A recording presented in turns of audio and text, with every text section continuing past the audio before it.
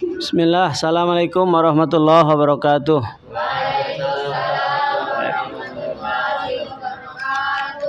Ya, Alhamdulillahirabbil alamin. Alhamdulillahilladzi hamdan katsiran thayyiban mubarakan fih kama yuhibbu rabbuna wa yardah. Asyhadu an la ilaha illallah wahdahu la syarikalah wa asyhadu anna Muhammadan abduhu wa rasuluh. Allahumma shalli ala Muhammad wa ala alihi wa sahbihi ajma'in. Kita lanjutkan masih di bab wudu. Bab wudu ya, halaman ke 21 kalau yang di kitab ini. Kalau di kitab antum ya, baik. Hadis yang ke-12. Wa an Abi Hurairah qala, dari Abu Hurairah semoga Allah meridai kepadanya, dia telah berkata, sami'tu Rasulullah sallallahu alaihi wasallam yaqulu, aku mendengar Rasul sallallahu alaihi wasallam bersabda, inna ummati, sesungguhnya umatku, umat Rasul, ya'tuna yaumal qiyamati, akan didatangkan. Biasanya suka diterjemah akan diseru di hari kiamat, guron muhajjalina, dengan bercahaya. Diterjemahnya sekaligus kan, guron muhajjalina, akan bersinar, min asaril wudu'i, bekas dari wudu. Faman istata'a, maka barang siapa orang yang mampu, minkum, di antara kalian, ayutila ghurratahu, untuk memperpanjang cahayanya, faliyaf'al, maka hendaklah lakukan. Muttafaqun alaih, hadis ini riwayat Imam Bukhari dan Muslim. Nah, jadi berdasarkan hadis dari Abu Hurairah riwayat Imam Bukhari dan Muslim ini, salah satu keutamaan dan kelebihan yang diberikan kepada umat Muhammad SAW adalah umat yang paling akhir.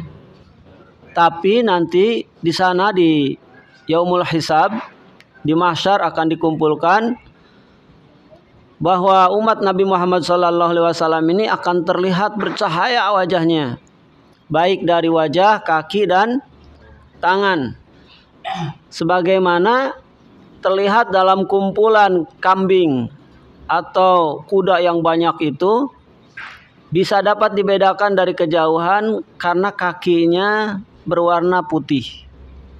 Nah, umat Muhammad SAW ini akan terlihat cerah, terang, bercahaya muka, kaki, dan tangannya.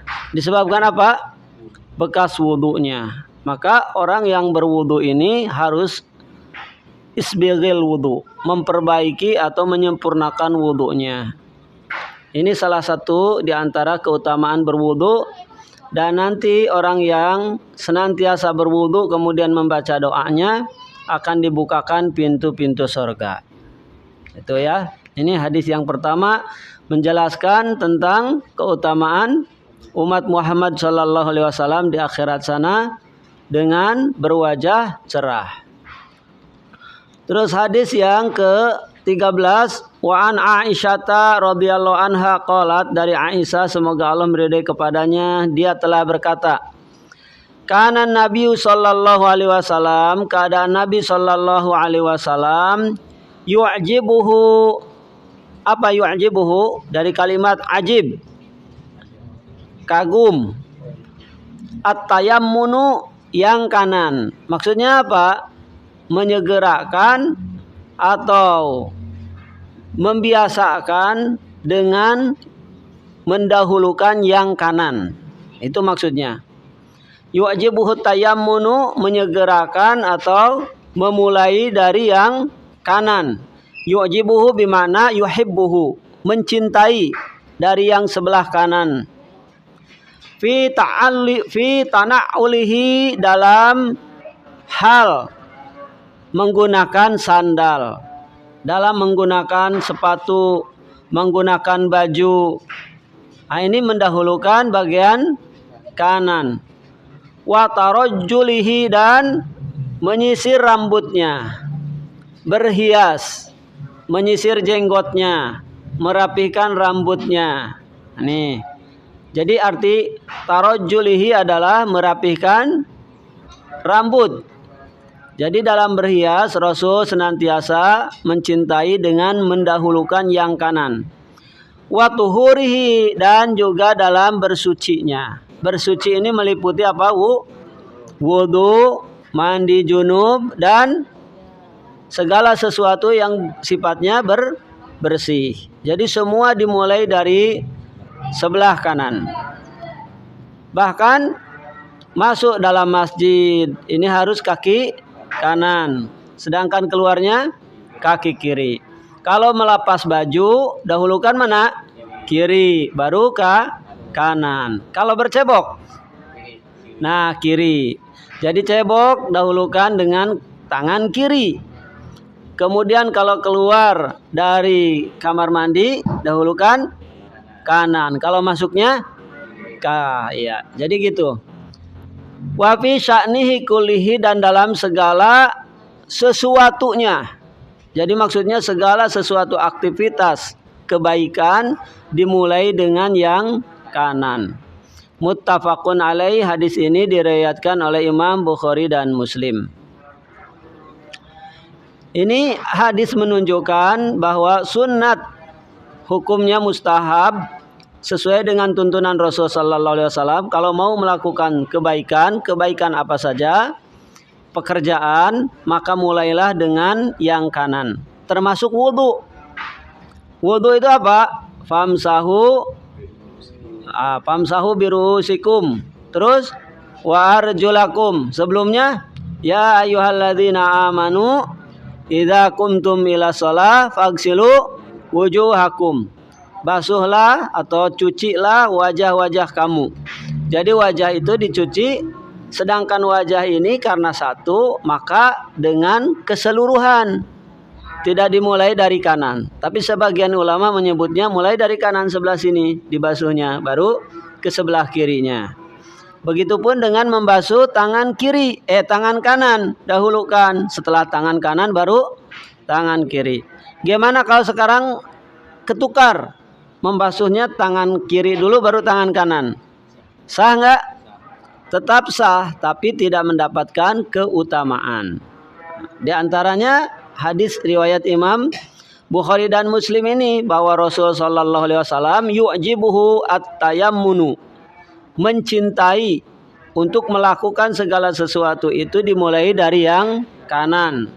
Baik ketika menggunakan sandal, kemudian ketika berhias, merapihkan bajunya, merapihkan rambutnya, dan ketika bersuci. Wa fi sya'nihi kullihi, dan dari segala sesuatu yang ia kerjakannya. Mulai dari yang kanan ya. Kemudian hadis nomor ke-14.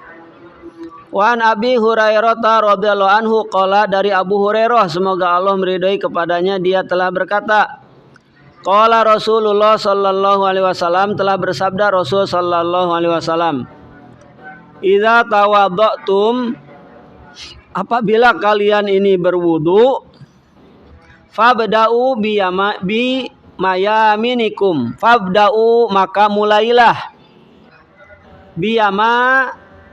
minikum dengan yang bagian kanan.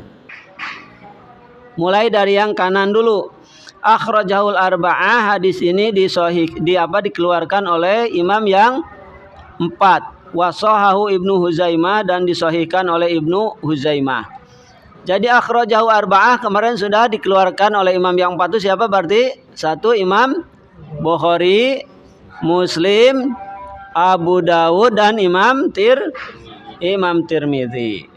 Taib. Nah, jadi ini membiasakan kalau mau berwudu dari yang sebelah kanan.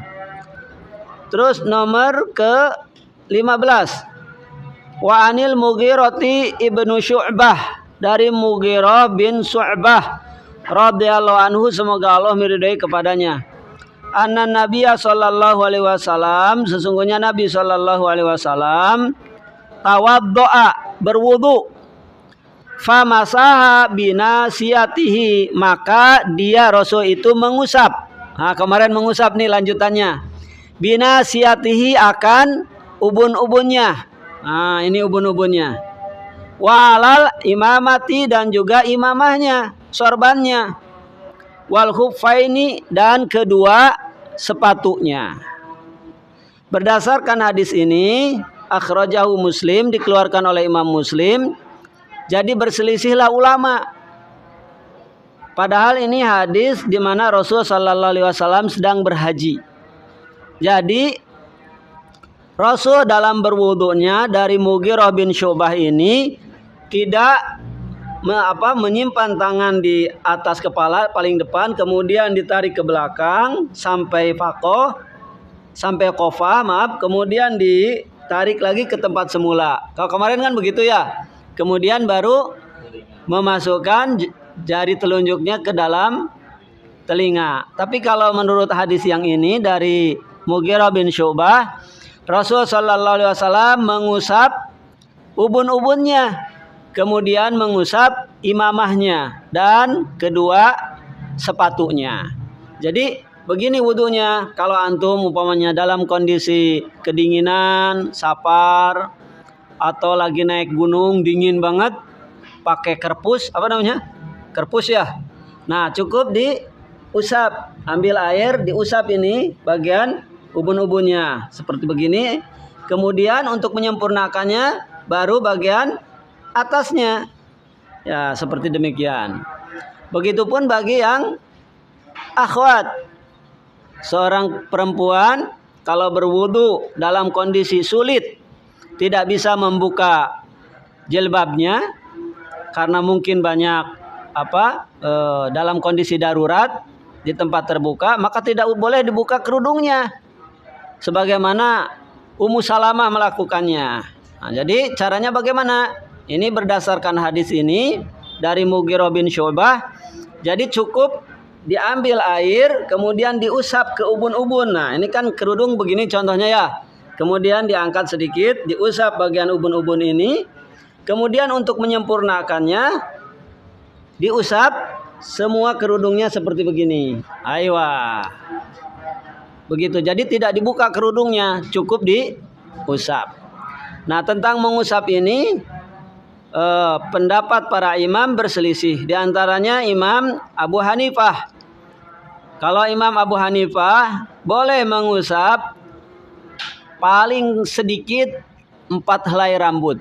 4 helai rambut. Begitupun dengan Imam Asy-Syafi'i, boleh mengusap hanya sebagian kepalanya saja. Jadi kan suka ada yang wudu yang gini-gini ya. Nah, itu dalam kondisi yang tidak normal. Umpamanya antum lagi nikah, udah rapih banget.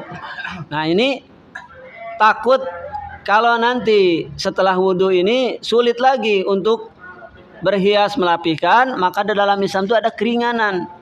Nah, diantaranya cukup diusap. Adapun dalam kondisi normal, tentu dengan wudu biasa sebagaimana Rasulullah SAW wudu seperti biasa.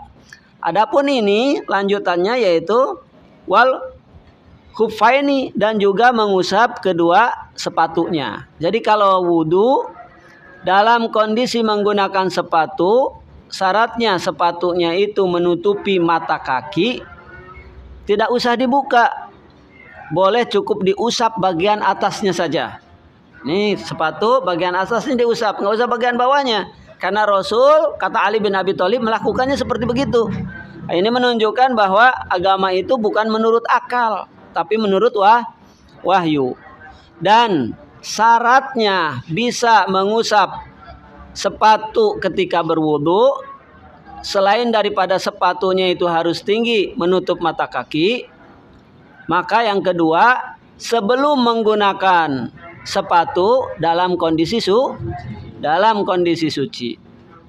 Kemudian yang ketiga, manakala bukan dalam safar, dalam mukim, boleh selama 1 hari 1 malam. Kalau sedang safar, paling lama boleh 3 hari 3 malam. Jadi sepatunya nggak usah dilepas-lepas tuh kalau mau masuk naik gunung. Wudunya begitu, tapi sebelum menggunakan sepatu harus memiliki wudu. Jadi kalau batal tidak perlu membuka sepatunya. Wudu sebagaimana wudu biasa. Kalau merasa kedinginan cukup tadi diusap bagian ubun-ubunnya, kemudian sempurnakan, diusap lagi yang menutupi kepalanya. Kalau Rasul adalah imamah, kalau kita ya kerpus gitu. Kupluk maksudnya. Setelah itu baru kedua sepatu kita diusap bagian atasnya, sudah selesai. Akhrajahu Muslim. Hadis ini dikeluarkan oleh Imam Muslim. Jadi begitu simpel ya.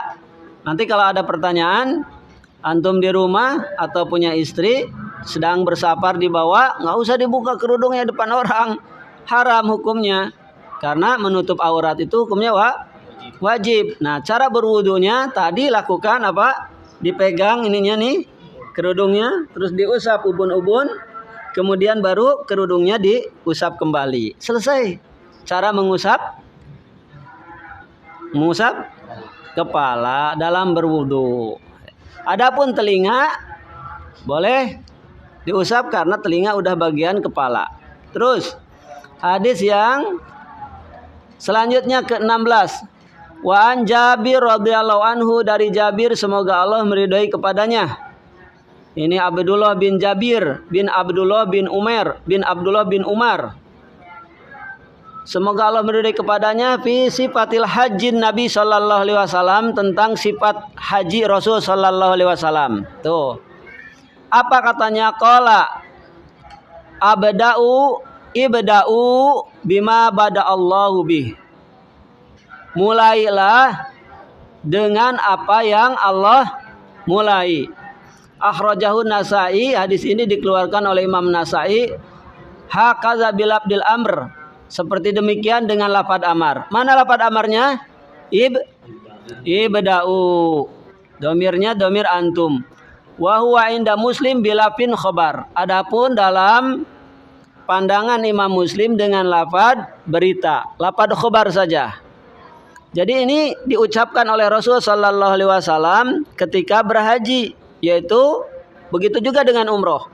Jadi kalau ketika masuk ke Masjidil Haram, ketika ihram, carilah langsung sudut Hajar Aswad, kemudian tawaf 7 balik. Tawaf 3 kali putaran pertama dengan berjalan cepat atau lari kecil. 4 setelahnya baru jalan biasa. Setelah itu, setelah tawaf baru sholat di belakang makom Ibrahim. Setelah sholat di makom Ibrahim, di belakang makom Ibrahim, kemudian menuju ke Sya'i dengan membaca Inna Sofa wal Marwata min sya'airillah. Kemudian kalau sudah sampai di Sofa, barulah baca ini. Abda'u bima bada'allahu bih. Aku memulai sebagaimana Allah memulainya. Sebagaimana perintah Allah memulainya. Ini keterangan ini menunjukkan seperti begitu. Baik umrah maupun mau haji. Ya. Terus lanjut. Wa anhu radhiyallahu anhu qala. Masih dari Jabir ya. Semoga Allah meridhai kepadanya, dia telah berkata. Kana Nabi sallallahu alaihi wasallam, keadaan Nabi sallallahu alaihi wasallam idza tawaddoa, apabila berwudu. Di situ apa tulisannya? Tawaddoa, tawaddou. Ya, ini berarti tawaddoa harusnya. Iya, itu tawaddou ya. Idza tawaddoa, apabila berwudu, menggunakan fi'il madi ini. Wajar kalau salah ya. Kadang kita juga salah banyak ya. Hah?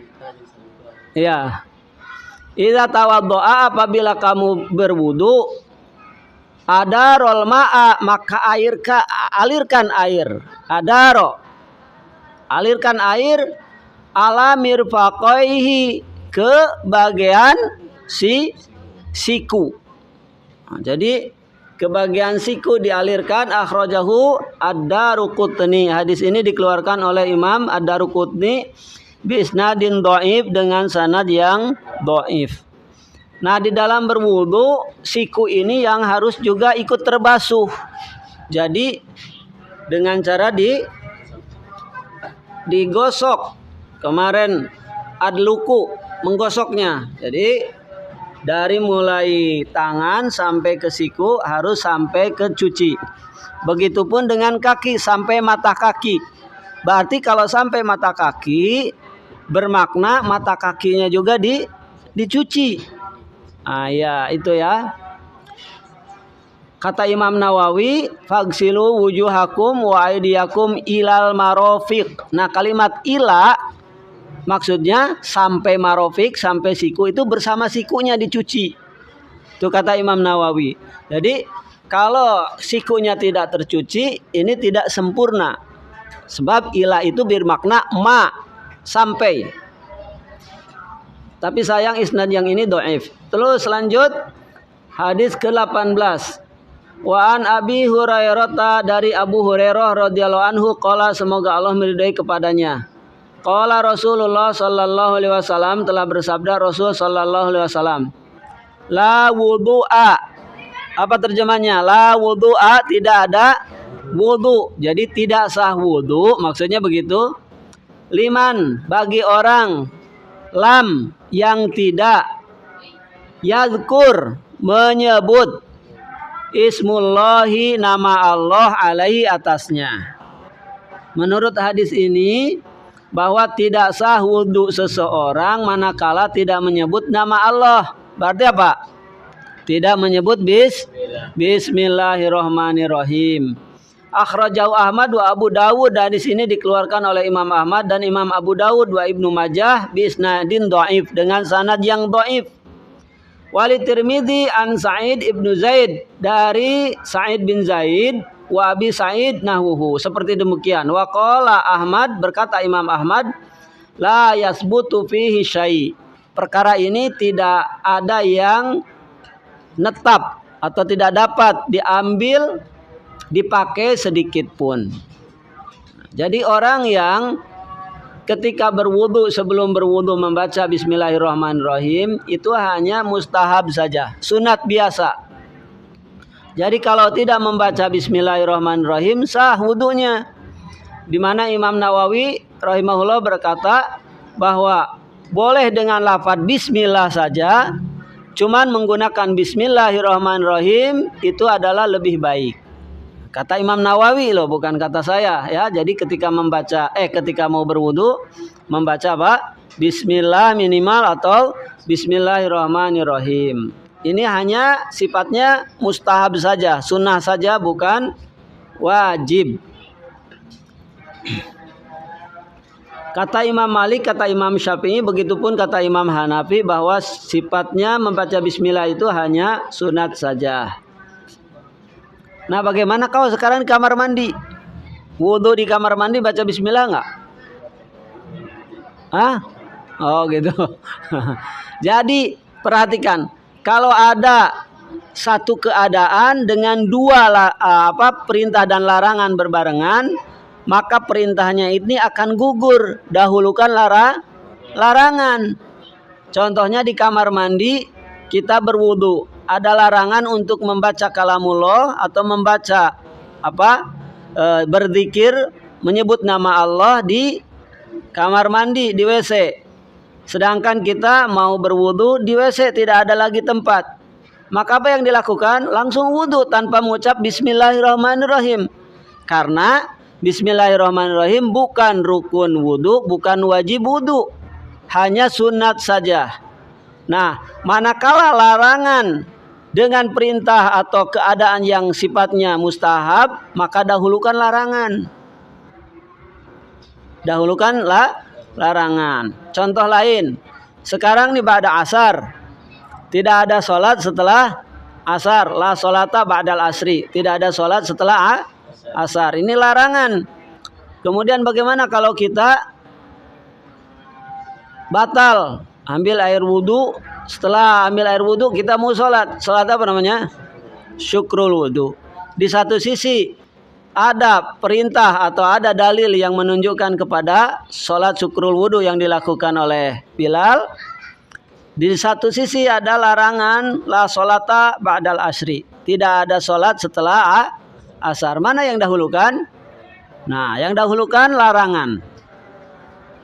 kalaupun kebiasaan setelah berwudu itu kita sholat, maka sudah mendapatkan pahala sebagaimana kita melakukan sholat syukrul wudu itu. Gitu. Terus lanjut. Hadis keberapa? 19. Wa an Tolha bin Mudorrif an abihi an jaddihi. Dari Tolha bin Mudorrif, dari bapaknya, dari kakeknya. Semoga Allah meridai kepadanya, berkata, Ra'aitu Rasulullah sallallahu alaihi wasallam, aku melihat. Siapa yang melihat? Tolha. Aku melihat Rasul sallallahu alaihi wasallam yafsilu, memisahkan baina madmadoh, di antara berkumur-kumur, wal istinsyak, dan juga istinsyak. Akhrajahu Abu Dawud bi isnadin dhaif. Hadis ini dikeluarkan oleh Imam Abu Dawud dengan sanad yang dhaif. Nah, jadi kalau dhaif di sini tidak dapat dipakai karena di dalamnya ada perawi yang bernama Lais ibnu Abi Sulaiman. Kenapa hadis ini tidak dapat dipakai? Karena bertentangan dengan hadis nomor 20 dan 21 nanti di bawahnya. Nah, jadi hadis yang nomor 20 dan 21 itu bertentangan dengan hadis 19. Sehingga hadis yang 19 ini tidak dapat dipakai. Di mana hadis yang nomor 20 itu kita baca, wa an Ali radhiyallahu anhu, dari Ali, semoga Allah meridai kepadanya, fi sifatil wudu, tentang menjelaskan sifat wudu. Summa tamadmado, kemudian Rasul itu berkumur-kumur. Wastansaro salasan, kemudian istinsar, memasukkan air ke dalam hidung 3 kali. Yumadmid, dan dia itu berkumur-kumur. Wayansuru minal kaffi, dan menghirup menyedot air dengan telapak tangannya. Alladzi ya'khudhu minhul ma, di mana yang diambil dengan telapak tangan itu air. Jadi di hadis akhrajahu Abu Dawud wan Nasai. Hadis ini dikeluarkan oleh Imam Abu Dawud dan Imam Nasai. Di hadis Abu Dawud dan Imam Nasai bahwa Rasul ini dalam wudunya berkumur-kumur, kemudian istinsar 3 kali dengan dilangsungkan air yang ada di telapak tangan ini. Jadi kumur-kumur yang isi dalam air ini sebagian dimasukkan untuk kumur-kumur, sebagian ke hidung disekaliguskan 3 kali. Karena mulut dengan hidung ini adalah bagian dari wajah, jadi sekaligus. Kumur-kumur itu sekaligus dengan memasukkan air ke dalam hidung dan mengeluarkannya lagi. Itu ya. Terus hadis ke-21, biar cepat. Wa an Abdullah bin Zaid radhiyallahu anhu, dari Abdullah bin Zaid semoga Allah meridai kepadanya. Fi sifatil wudu, tentang sifat wudu. Summa adkhala yadahu, kemudian dia Rasul itu memasukkan yadahu, tangannya, famadmado, kemudian dia berkumur-kumur, wastansyaqa, dan istinsyak. Ketika disebutkan istinsar, yang satu lagi istinsyak, maka hakikatnya sama. Kalau disebutkan kedua-duanya berarti memasukkan dan mengeluarkannya. Min kaffi wahidin, dari 1 telapak tangan. Yaf'alu dzalika salasan, dia melakukannya Rasul itu 3 kali. Muttafaqun alaih, hadis ini riwayat Imam Bukhari dan Muslim.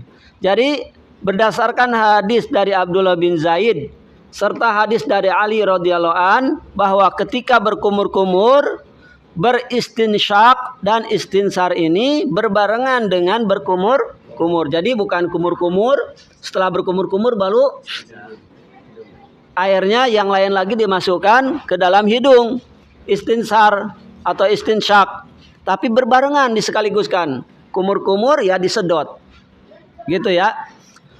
Terus hadis nomor ke-22. Wa an Anas radhiyallahu anhu qala, dari Anas semoga Allah meridai kepadanya, dia telah berkata, Ra'an Nabi sallallahu alaihi wasallam rajulan, Rasul sallallahu alaihi wasallam melihat seseorang, wa fi qadamihi, dan pada tumitnya, kaki bawahnya itu mata kaki bawahnya, qadamihi, mislu dzufuri, seperti atau sebesar dzufur, sebesar kuku ini, lam yusibhu, yang tidak terkena ma'u, air. Jadi dalam berwudu seseorang ini terlihat oleh Rasul di bawah mata kakinya itu ada sebesar kuku ini tidak terbasah oleh air. Faqala, maka kata Rasul, bagaimana? Irji', balik lagi kamu, fa'ahsin wudu'aka, ulangi, perbagus lagi wudu'mu. Akhrajahu Abu Dawud wa Nasa'i, hadis ini dikeluarkan oleh Abu Dawud dan Imam Nasa'i. Ini menunjukkan wudu ini harus sempurna. Jadi manakala ada sebagian anggota wudu yang tidak terbasuh, tidak tercuci walaupun sebesar kuku, maka wudunya tidak sah. Terus yang kedua, ini menunjukkan kalau wudu itu harus muwalat. Berkesinambungan. Contohnya sekarang wudu, membasuh dulu muka, udah gitu ada telepon, lama ngobrol dulu, lanjutin lagi, tadi bisa muka ya, terus tangan. Nah ini sebagian ulama menyebutnya tidak sah karena tidak muwalat. Muwalat itu tidak berkesinambungan sesuai dengan waktu yang dia kerjakan ketika berwudu. Wudu setelah membasuh muka, membasuh tangan. Setelah membasuh tangan, mencuci tangan, baru kepala, baru kaki. Nah, harus muwalat, bersambung. Jadi tidak boleh dipotong-potong. Setelah tangan, entar dulu takut gosong masakan. Nah, ini tidak boleh. Kemudian yang kedua, ancaman orang yang berwudu, wudunya tidak sempurna. Bagian anggota wudu ada yang tidak tercuci, maka wudunya tidak diterima, tidak sah. Kalau wudu tidak sah, berarti sholatnya juga tidak sah. Maka segala sesuatu yang menghalangi kepada anggota wudu, anggota badan yang wajib dibasuh ketika wudu harus hilang.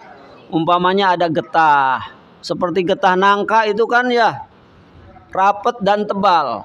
Atau apalagi cat. Nah, seperti cat apa? Kalau cat tembok mudah lunturnya itu, tapi cat minyak.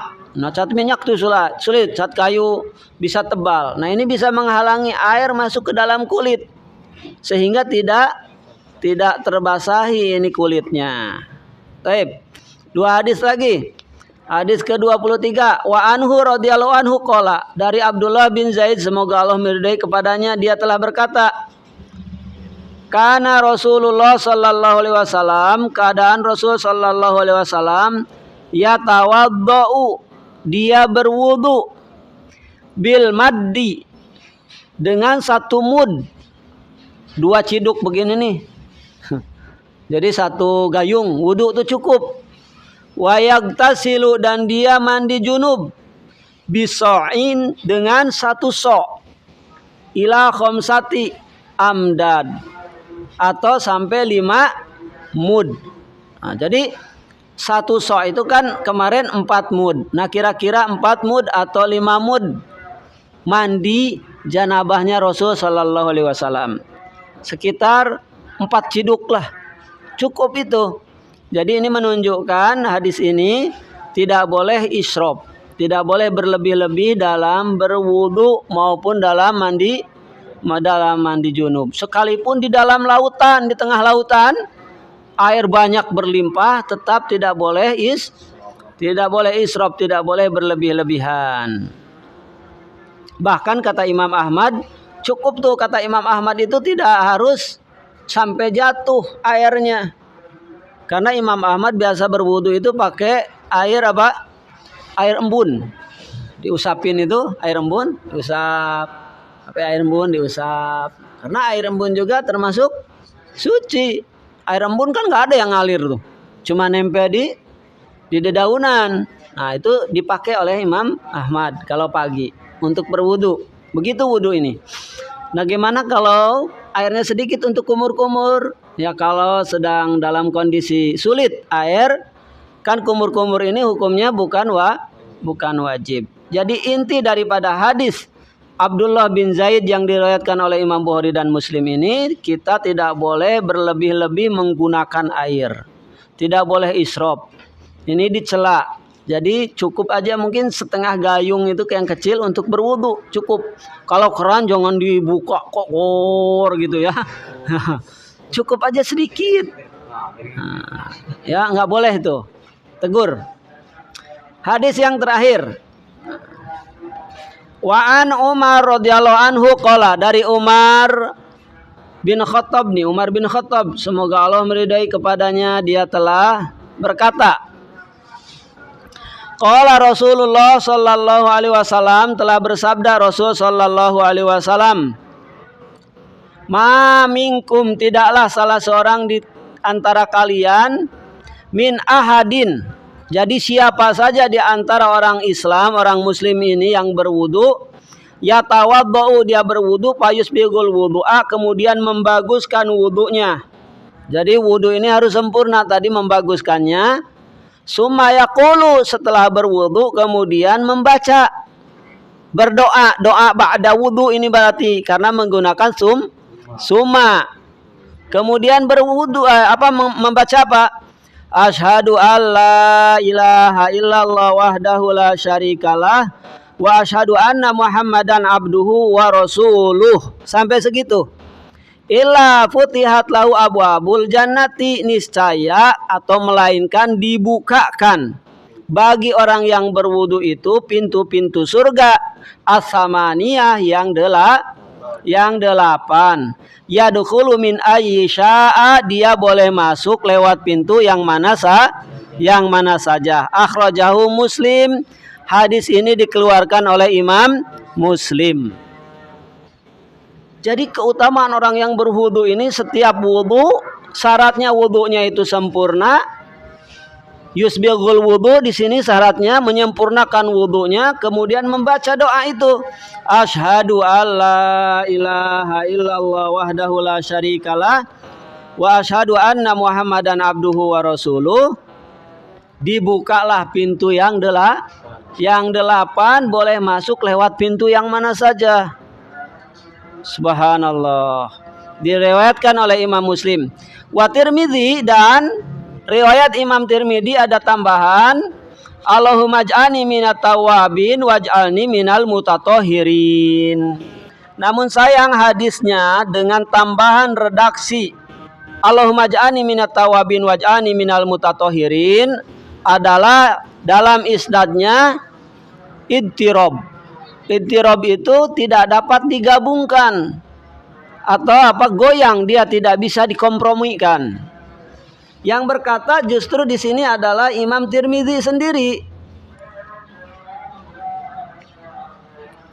Jadi menurut Imam lakin qala Tirmidzi, akan tetapi Imam Tirmidzi berkata wa fi isnadihi ittirab, dalam isnadnya itu terdapat ittirab, wala yasihu fihi kabirun syai', dan tidak sah sedikit pun dengan tambahan redaksi Allahumma ij'alni minat tawabin waj'alni minal mutatahhirin.